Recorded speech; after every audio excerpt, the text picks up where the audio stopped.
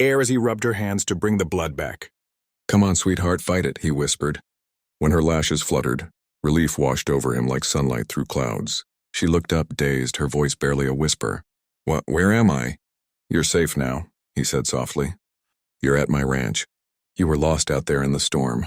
Name's Caleb Wyatt." She blinked slowly, confusion shadowing her face. I don't remember. The road. My car spun out. Then nothing." Caleb nodded, handing her a cup of warm tea. "You're lucky I found you when I did. Another hour and the snow would have taken you." Her eyes filled with tears as she sipped. "Thank you. I don't even know how to repay you." Caleb gave a faint smile. "You don't have to repay me. Just stay alive. That's enough." As the fire crackled, silence filled the small cabin. Outside, the blizzard raged like a living thing. But inside, two souls who'd been strangers, an hour ago now, shared the fragile warmth of survival. Caleb sat nearby, watching her as she slowly drifted into sleep. Something stirred inside him. Not pity, not obligation, but something deeper. A pull he hadn't felt in years. He adjusted the firewood, glanced out the window at the storm, and murmured quietly to himself, "Guess you ain't riding alone anymore, cowboy." Outside, the wind softened for the first time that night. The blizzard didn't let up for 3 more days. The world outside the Wyatt Ranch became an endless ocean of white, wind carving shapes in the snow like ghosts dancing across the plains. Inside, the fire was their only son. Caleb spent those days tending to her, the woman he'd rescued from the storm, who now sat wrapped in his old flannel blanket by the hearth. Her name, she remembered at last, was Lila Hart. She was from the city, a freelance photographer who'd come out west chasing a winter landscape for her next project. The road had turned to ice, her car had skidded into a ditch, and the rest was a blur of cold and darkness until Caleb's voice pulled her back from the edge.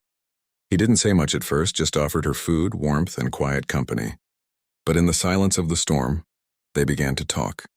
About where they came from. About why they were both so alone. Lila spoke of a life that looked perfect in pictures but felt empty inside.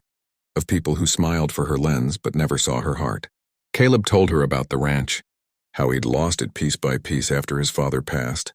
How the storms had taken his cattle. And how the loneliness had taken everything else. Yet somehow, hearing each other's stories made the silence between them softer, warmer. The world outside raged on, but in that little cabin, time slowed. Lila would wake each morning to the smell of coffee and the sound of Caleb splitting firewood. Sometimes he'd find her sketching by the window, her fingers tracing the frost like it was a canvas. Other times she'd watch him from the corner of her eye as he worked, noticing the wind howled like a wounded beast across the open plains, dragging curtains of snow through the midnight sky. Miles of frozen land stretched in every direction, buried under a storm that showed no mercy.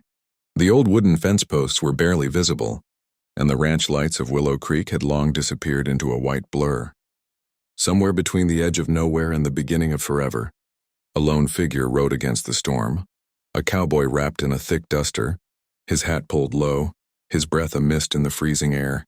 His horse, a black stallion named Briscoe, pushed through the snowdrifts with slow, stubborn strength. Every gust bit harder than the last, but the man didn't stop. He was used to fighting through silence, through pain, through the kind of cold that made most men turn back. His name was Caleb Wyatt, a rancher who'd learned to survive when the world forgot how to be kind. Caleb had gone out that evening searching for stray cattle, but by nightfall, the blizzard hit harder than any storm in years. He knew he should have turned back, but something in his gut told him to keep riding. Maybe it was instinct, maybe faith, maybe just the quiet whisper of fate that sometimes finds men like him in the loneliest of places.